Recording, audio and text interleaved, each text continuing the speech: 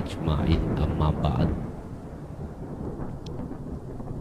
Hadratil kiram, para kiai, asatid wa asatidah,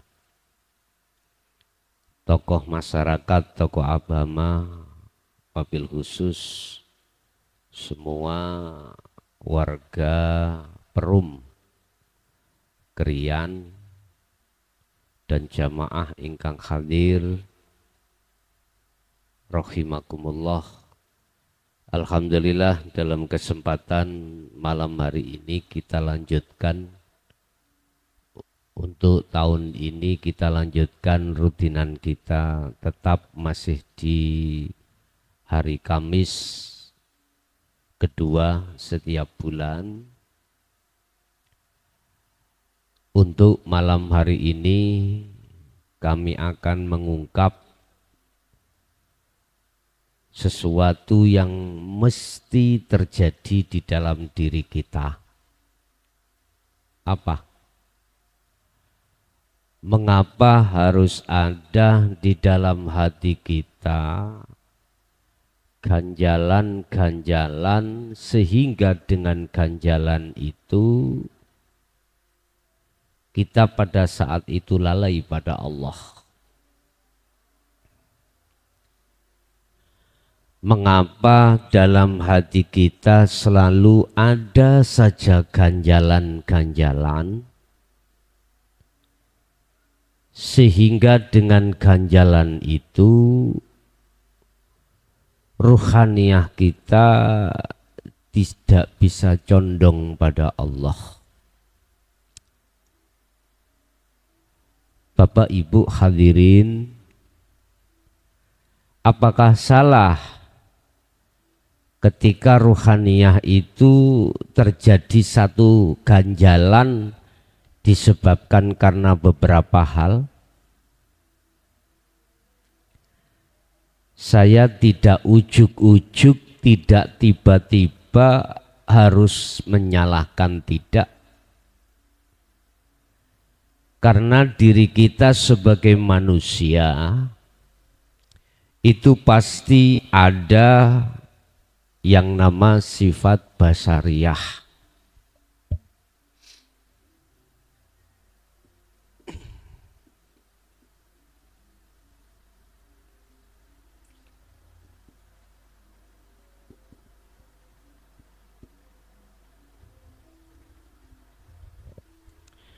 Sifat yang mengajak dan menentang terhadap semua apa kehendak Allah, yang lebih-lebih kehendak Allah tidak sesuai dengan sifat basariyah kita sebagai manusia. Di dalam setiap diri manusia pasti Allah menyertakan sifat basariyah terhadap ruhaniyah. Itu pasti. Entah jasmani itu dia agama Islam atau tidak agama Islam, semua Allah akan menyertakan sifat basariyah terhadap ruhaniyah kita sebagai manusia. Sebab manakala tidak disertakan sifat basariyah diri manusia, manusia itu tidak akan nikah. Manusia itu tidak akan bekerja. Manusia itu tidak butuh urusan-urusan jasmaniyah duniawiyah. Inilah Bapak Ibu persoalannya. Dan yang menjadi pertanyaannya adalah, apakah dengan adanya sifat basariyah itu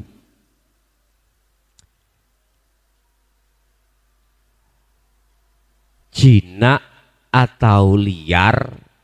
Itu tergantung. jinak atau liar sifat basariah itu terhadap diri kita. Bukan lantas manusia itu kemudian nikah melalaikan Allah. Lebih-lebih ketika saat sang istri dan suami punya hajat, lantas ruhaniyah itu melalaikan Allah. Tidak. Tidak selamanya begitu. Makanya tadi saya katakan tergantung basariah kita itu jinak atau liar. Iki pakai eko iku ya, salon iki ya. Eko kuno kenapa?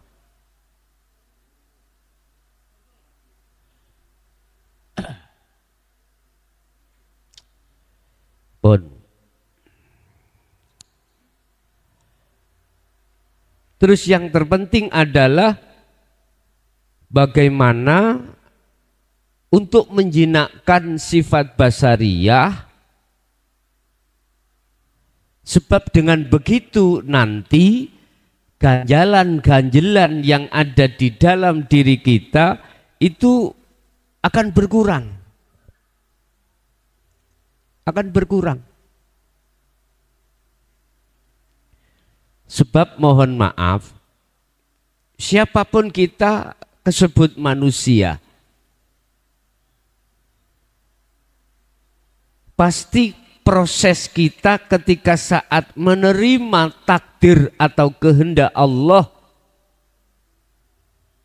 yang kehendak itu tergolong qobdi, atau boleh saya katakan qobdi itu adalah sesuatu ketetapan Allah yang diberikan pada kita yang gak enak. Contoh,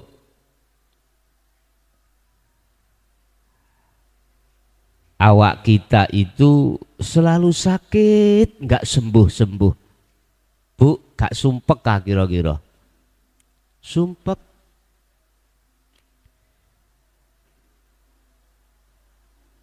Kita sudah konsul terhadap dokter, bahkan dokter spesialis arti kata hukum syariat. Kita sudah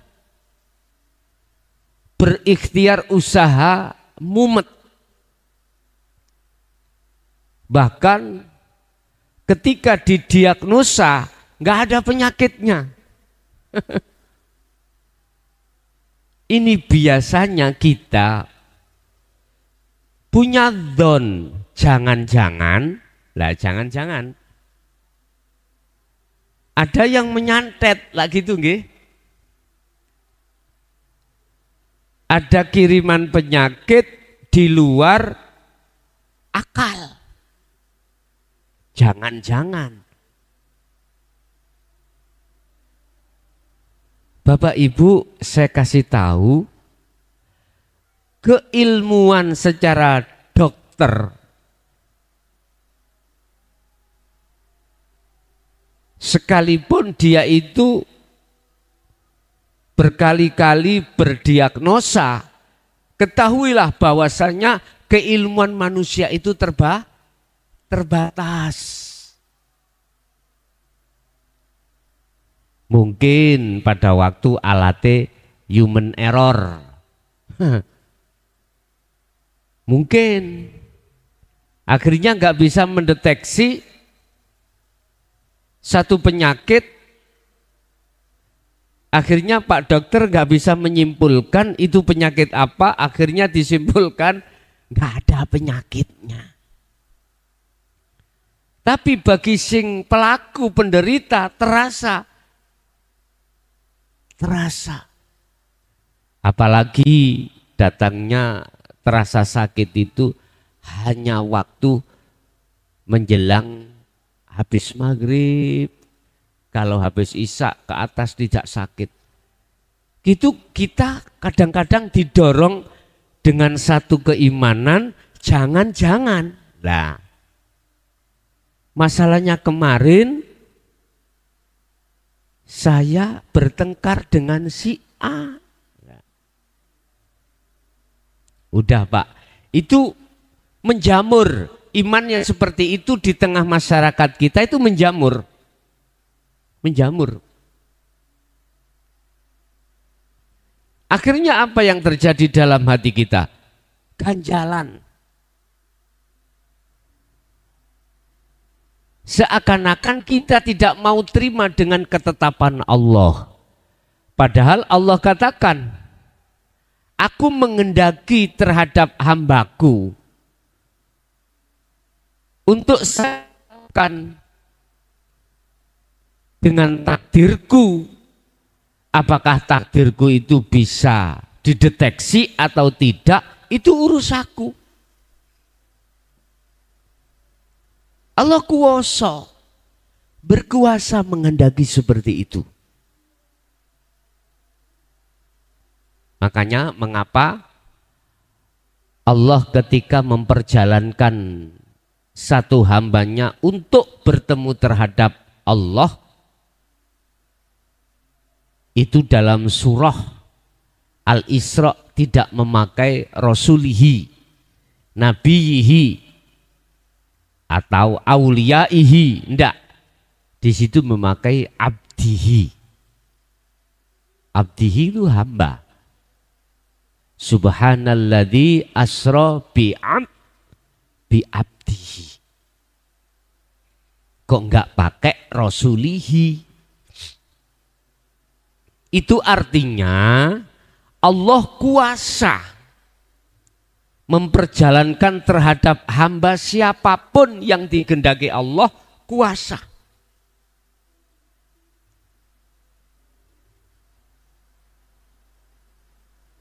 Jangan lantas kita membatasi kekuasaan Allah. Bahwasanya Mi'raj itu hanya terjadi terhadap Nabi Muhammad. Dan atau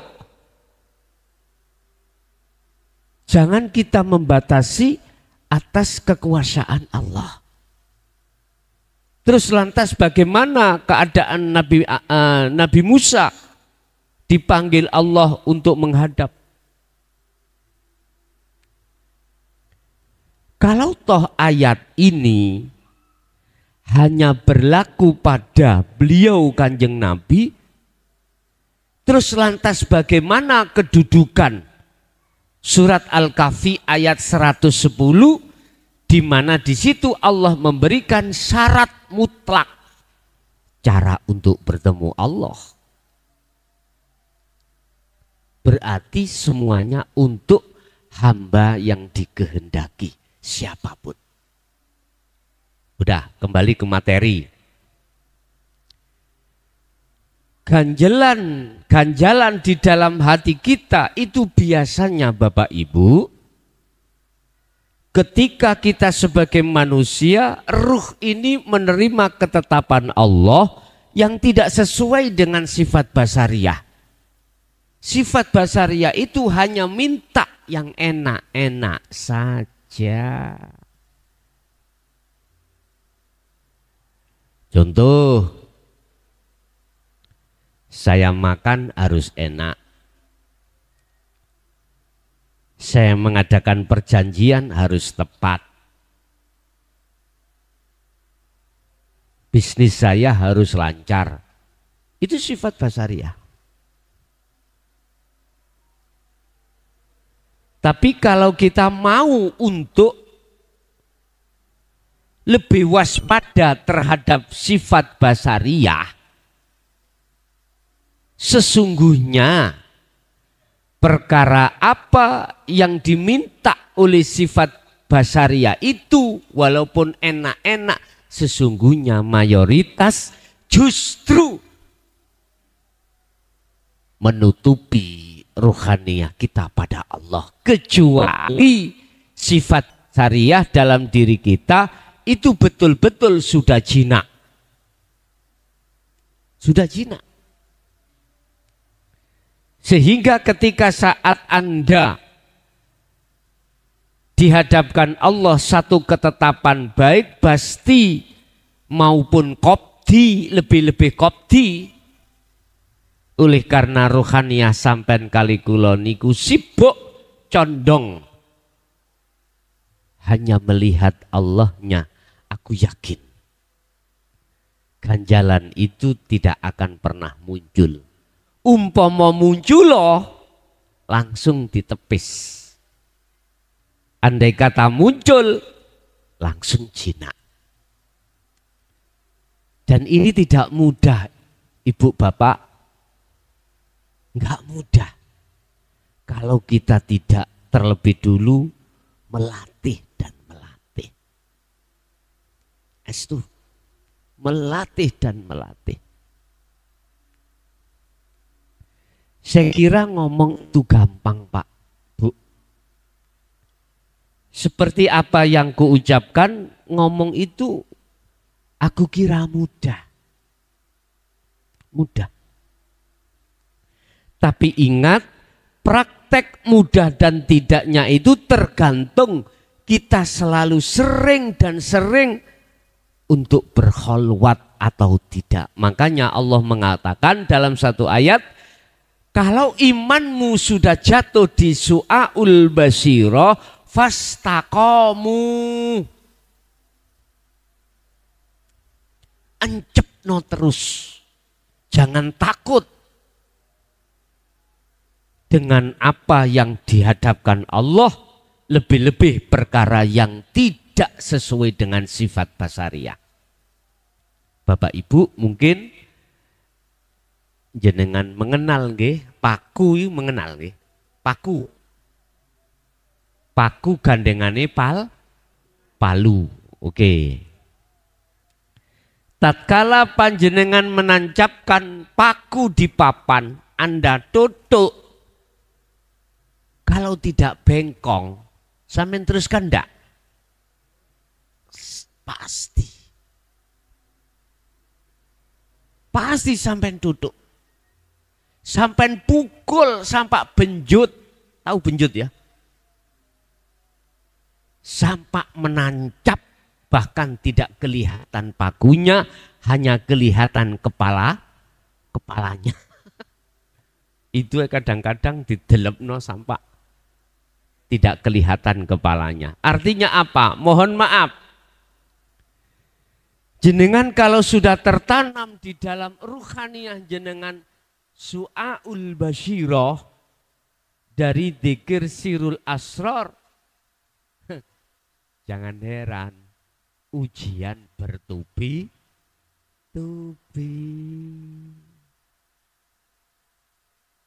Tetapi kalau Pak bengkong, nggak mungkin tuh sampai nutuk menawa gregeten. Gitu.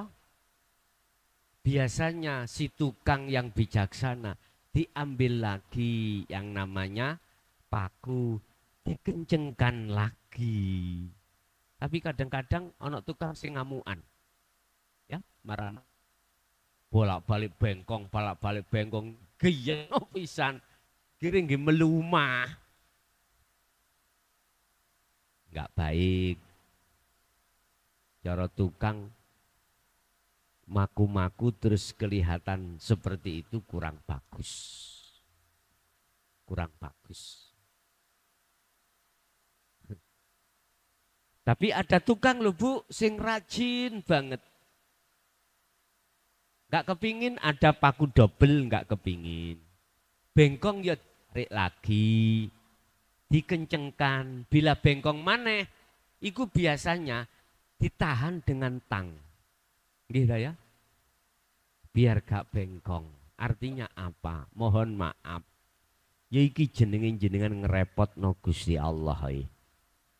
Gusti aku gak mampu ngadepi ujian iki Gusti, mbok diringane dedek. Kurasa abot Gusti. Oh iya, akhirnya juga notang dibantu kanggo ngencengi. Bapak Ibu hadirin jamaah rahimakumullah. Memang ada satu pertanyaan, mengapa Gus kula niki waktu saya sudah masuk di Dinul Haq, ujian saya malah tubi-tubi. Tadi enak-enak lancar bisnis saya, sekarang kok yo munseret. Tahu munseret Pak ya? Apa munseret itu? Mengecil. Jadi gak lancar maneh. Biasanya kita omsetnya itu dalam 1 bulan itu kita bisa sampai 2 juta. Ini kok yo mek 200. Nah, ngelundas niki. Satu sisi kita dituntut kebutuhan di belakang. Bapak Ibu, kalau alasan mengapa ada ganjelan itu jawaban sederhana.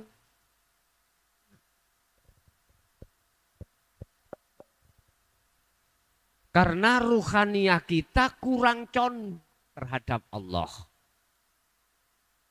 Kurang condongnya ruhaniyah kita terhadap Allah. Padahal Allah sudah memberikan sistem. Biar stabilmu terhadap Allah itu bagaimana? Tapi pun jawab berat dhisik lho nggih. Pun jawab berat dulu. Kembalilah Anda terhadap surat Al-Insan 25-26. Allah kasih contoh terhadap Muhammad. Wadkur, dikira terus kau Muhammad, isma rabbika bukrata wa asila. Pagi sampai sore hati diperintahkan untuk zikir. Pagi sampai sore. Kadang-kadang kan kita jawab gini, lo kulo kerja bagaimana kulo sambil kerja isok tah zikir mriku. Lah niki kita harus tahu maksudnya wadkur isma rabbika. Harus tahu maksudnya itu apa. Jangan lantas kita katakan dan kita praktekkan isim iku jeneng yang disebut atas nama Allah, jangan itu aja. Artinya apa? Lihat mana maksud yang dimaksud zikir itu yang bagaimana. Secara lugat kita tahu zikir itu adalah ingat. Cuman secara istilah yang dimaksud zikir di sini adalah sadari rohaniyah kita. Sadarnya ruhaniyah ini bahwasannya yang mendatangkan, yang menghendaki, yang memutuskan, yang berkehendak atau bahkan yang berperan di situ hanyalah Allah. Itulah maksudnya zikir. Bukan diucap. Memang kalau kita maknai secara murad, wadkur, sebutlah Muhammad isma rabbika ing atas nama pangeranmu Muhammad bukrata wa asila ing dalam waktu pagi sampai waktu sore. Pagi wa asila dan malam dan sore. Artinya apa? Nabi Muhammad iku ruhaniyahnya itu selalu zikir mulai saat pagi datang sampai sore. Yang dimaksud pagi itu di sini ada ulama yang mengatakan tulu'ul fajri sodik. Ada yang mengatakan tulu'us syamsi, terserah. Jenengan milih sing pundi, keduanya benar. Dikatakan pagi itu ketika fajar sodik sudah tiba, berarti waktu subuh sudah tiba. Kalau tulu'us syamsi berarti munculnya matahari. Berarti akhirnya waktu sholat subuh. Terserah. Kita pilih yang mana. Rasulullah tidak hanya pada waktu siang. Ayat 25 ini menggambarkan bahwasannya jasmani kita repot urusan dunia. Repot. Tapi beliau tetap ruhaniyahnya berzikir pada Allah. Tanamkanlah su'aul basirah di dalam hatimu. Fastaqamu. Kalau dalam hadis fastaqim. Istiqomahno. Terus kenceng ngono. Otomatis nggih sak mampune Pak Bu. Jenengan mampune berapa jam ya monggo. Nek menurut kula mengalir aja. Mengalir aja. Biar tidak terlalu berat, mengalir aja. Sebab hanya golongan maksumlah yang bisa tidak pernah putus itu, satu detik pun tidak akan pernah putus, hanya golongan maksum. Kalau golongan mahfud, model kita ini, mohon maaf, ya putus nyambung. Putus nyambung. Udah, nggak apa-apa. Dan itu tidak salah. Karena memang kelas kita masing-masing. Berarti saya memberikan pengukuhan terhadap Anda yang sudah duduk di hakikat menuju makrifat. Ini. Bapak Ibu hadirin jamaah rahimakumullah. Jangankan takdir qobdi itu gak ganjel. Kadang-kadang takdir pasti enak, kadang-kadang sik ganjel kok. Apa bentuknya ganjelan? Kurang. Kita dikasih Allah rezeki, katakanlah 200. Kadang-kadang hati mengatakan mungkin enak 300.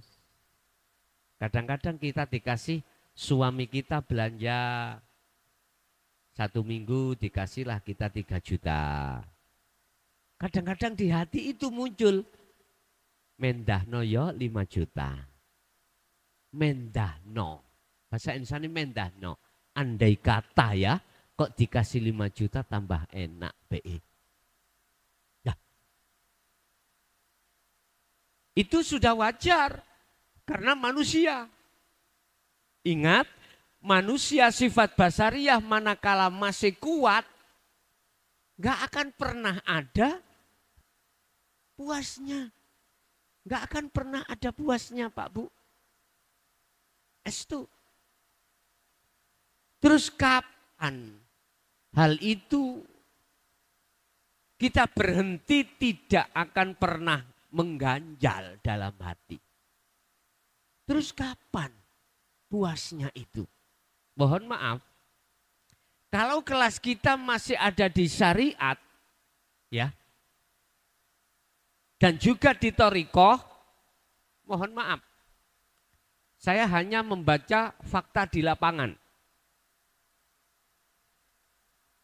Kalau kelas kita masih hanya mengenal di syariat dan thariqah saja, belum sampai hakikat makrifat, mohon maaf.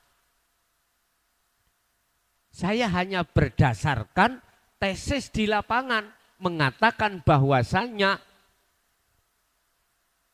ganjelan itu tidak akan pernah habis-habisnya.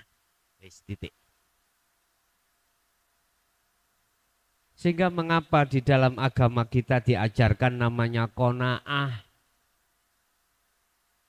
Nrimo ing pandum sangka Allah apapun itu. Qanaah itu bisa akan kita terima manakala kita itu gedekno syukure. Dikasih 200 ya alhamdulillah, dikasih 3 juta ya alhamdulillah, gak dikei blas Niki lak santriwati mriki. Aku yakin santriwati mriki perum niki nggak pernah istilah maido suaminya kurang mas kurang. Aku yakin. Tapi rumus mengatakan siapapun kita manakala sifat basariyah masih bercokol, masih kuat, masih liar di dalam diri kita, mohon maaf, dikasih nggak enak mesti ganjelan moro, tidak hilang-hilang, dikasih perkara enak kurang syukur, fabi ayyi ala'i rabbikuma tukadziban.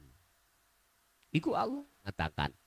Nikmat mana lagi yang kau dustakan? Artinya apa Pak Bu? Kita nggak sadar kalau setiap waktu, setiap detik kita dilayani Allah. Nggak sadar kita.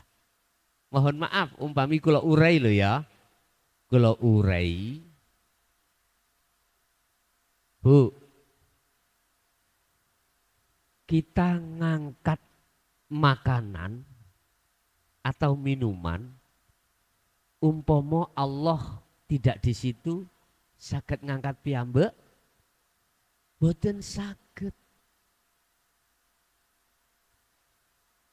Ketika makan sudah ada di mulut kita, kita ngunyah tanpa adanya hidup Allah di situ, nggak bisa. Dengan sendirinya mulut kita mengunyah. Sudah dikunyah, tinggal menelan. Kalau Allah tidak melayani di situ, nggak mungkin kita itu bisa menelan sendiri.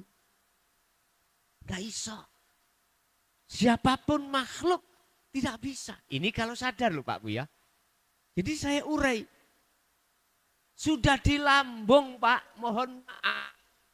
Sudah parkir di lambung untuk mentransfer. Oh ini jadi kotoran, jadi vitamin, jadi enzim, jadi yang dibutuhkan tubuh. Tanpa Allah nggak akan pernah bisa. Satu sisi manusia lalai dengan hal itu Bapak Ibu.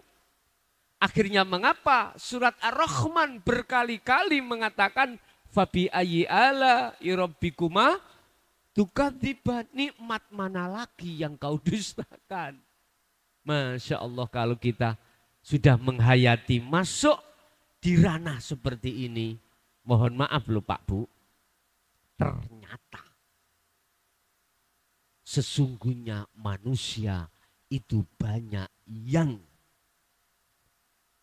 mengingkari kebenaran Allah. Itu lebih-lebih ketika saat kita masih di kelas, mohon maaf Pak, belum mengenal tentang Allah lebih ke dalam, belum mengenal dinul haq, seperti itu.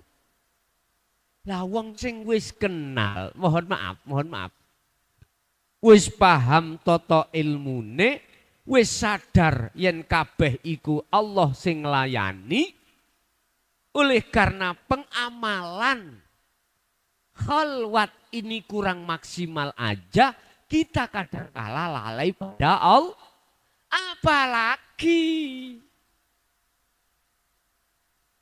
Apalagi kita ketika belum mengenal Allah ya Karim. Niki saged kula contoh ning ini. Kula niki kenal Mbak Desi Pak Bu. Ya wis gak kenal jenenge tok nggih. Waktu kemarin kami ke Jakarta, wis digawe cerita mawon nggih ya. Wis digawe cerita, ya ngono walaupun enggak ya. Kula niki ketemu beliaunya. Satu meja dengan saya, Satu meja makan di hotel apa itu? Saya lupa itu. Ya. Kita makan. Saya ada meja sendiri, ada meja sendiri. Ketika aku menoleh ke kanan, kaget kula. Loh, iki lak cirine Mbak Desi toh. Aku sudah yakin belum benar. Aku sudah yakin kalau itu Mbak Desi, tetapi keyakinanku belum benar. Karena apa? Karena aku hanya menoleh dan melihat wajah beliau. Ini benar tapi kurang benar. Sama dengan kita. Kita yakin, Pak. Hidup itu Allah yang selalu melayani kita. Yakin, kita sudah yakin. Bentuk iman yang seperti itu berarti Anda sudah masuk di dalam dzikir sirul asr di pos pertama su'aul basyiroh. Tetapi kebenaran ini belum bisa dipertanggungjawabkan. Artinya ada yang lebih benar lagi.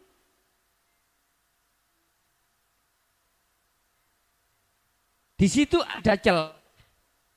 Ada celah, walaupun benar ada celah yang tidak benar.